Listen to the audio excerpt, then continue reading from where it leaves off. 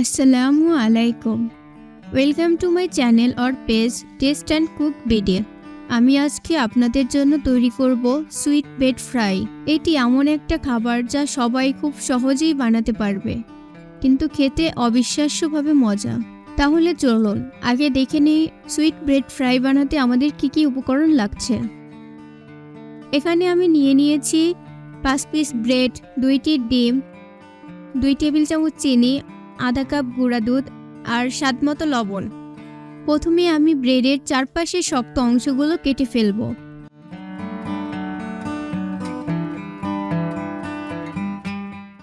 এরপর আমি ব্রেডগুলোকে 4 টুকরো করে কেটে নিচ্ছি।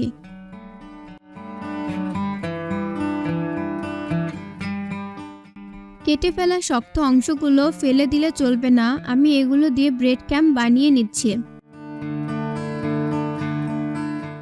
ডিমের মিশ্রণটি বানানোর জন্য একটি বাটিতে 2টি ডিম নিয়ে ভালোভাবে ফেটে নিচ্ছি।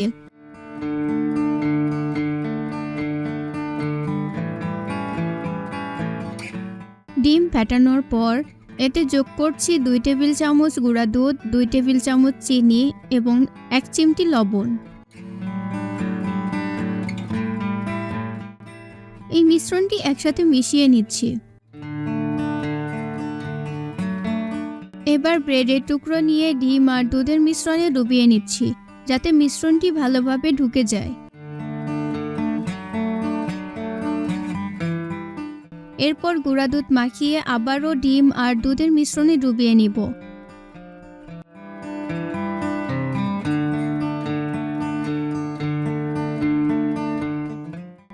এখন ব্রেডগুলোকে ব্রেড ক্রাম্বস দিয়ে ভালোভাবে কোট করে নিতে হবে।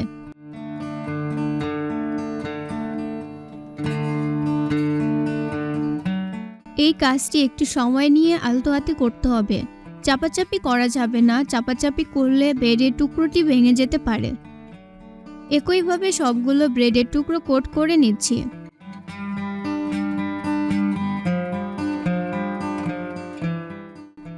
এখন কোট করা ব্রেডগুলো ডিপ ফ্রাই করে নিব।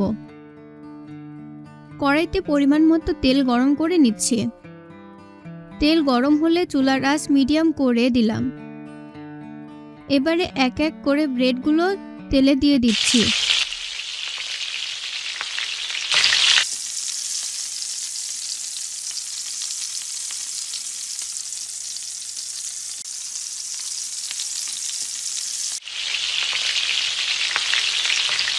ব্রেডের রং হালকা সোনালী হয়ে আসা পর্যন্ত ফ্রাই করব।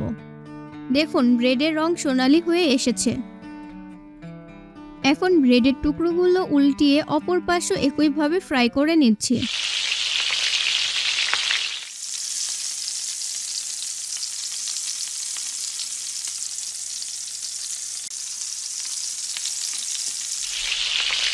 সবগুলো ব্রেড ভাজা হয়ে গেছে।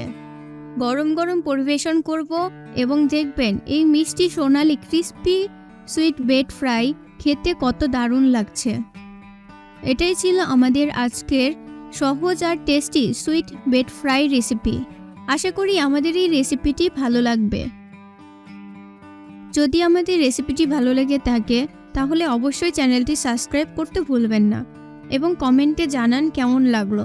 ফিরে আসবো নতুন কোনো রেসিপি নিয়ে। আল্লাহ হাফিজ।